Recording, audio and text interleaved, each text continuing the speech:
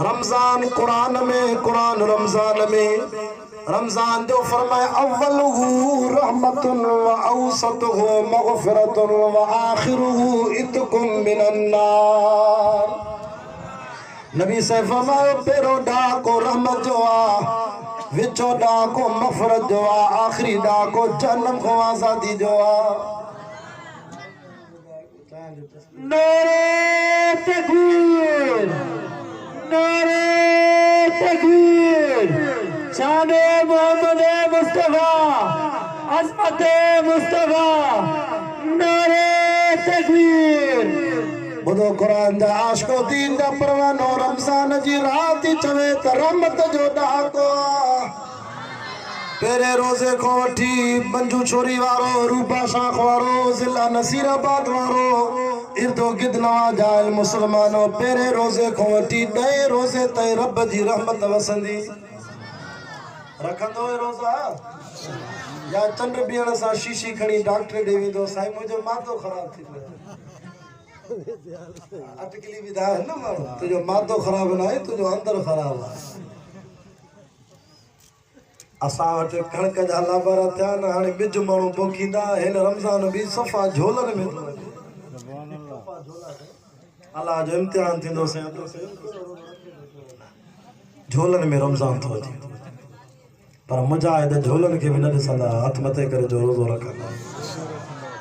रमज़ान जो पहिरों अखर रा, रहमत जो ॾहाको, ॿियो अखर मीम, मीम में इशारो थी मग़फ़िरत जो ॾहाको, तॾहिं त विचो ॾहाको मग़फ़िरत जो आहे। टियों ज़ात आहे, ज़ात में इशारो आहे, वाह जी उलमा तोजी लिखी आहे किताबनि में, फरमाया ज़ात में इशारो आहे त रमज़ान जो आख़िरी ॾहाको जन्नत जी ज़मानत जो ॾहाको आहे, जहन्नम को आज़ादी जो ॾहाको आहे, जन्नत जी ज़मानत जो ॾहाको आहे।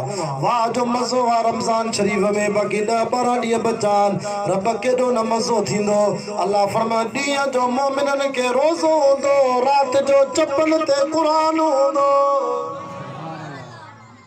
ॾींहं जो रोज़ो वेही रहो पुट, छॾियो विच में न उथंदा कयो, राति जो मुसल्ले ते क़ुरान। सुभान अल्लाह। फरमाए जेको रमज़ान शरीफ में रोज़ो रखे, वरी रात जो तरावीह जी नमाज पढ़े, मां रब एॾो सखी आहे जो तरावीह जी नमाज जे हर सजदे जे एवज़ में मां अल्लाह से 1500 नेकियूं लिखाईंदो। घणी नेकियूं? 1500 हर सजदे में। पोइ तरावीह जी नमाज में घणी रकात आहे? पढ़दा ई न आहियो त ॿुधाईंदो कीअं? घणे हो? 8 वारा हो 20 वारा? उन भाग आले हदीस वारी 8 रकात।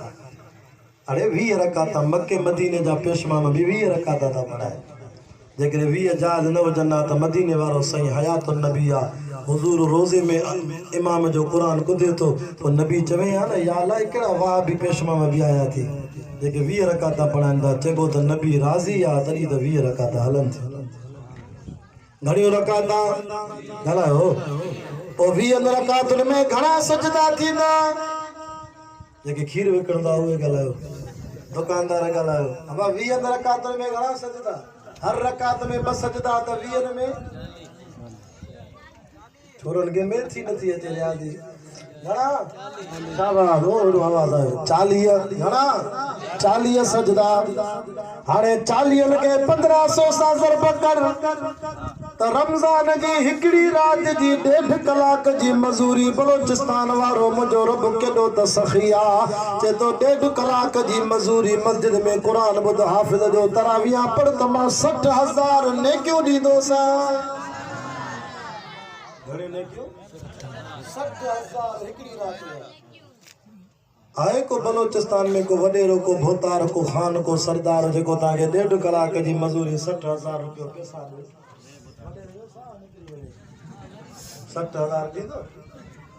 यो केरा जो अर्श तो सखी मुंहिंजो रब आहे, जेको 1.5 कलाक जा 60,000 तो ॾे नेकियूं। पर असांखे यार नेकीअ जो क़दुरु कोन्हे, असांखे क़दुरु आहे त कादे आज़म जे पैसनि जो आहे।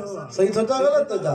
असांखे क़दुरु आहे त दुबईअ जे दिरहमनि जो आहे, असांखे क़दुरु त अमेरिका जे डॉलरनि जो आहे असांखे क़दुरु आहे त सऊदी अरब जे रियालनि जो आहे हेॾे नेकीअ जो क़दुरु थींदई त महशर जे मैदान में थींदई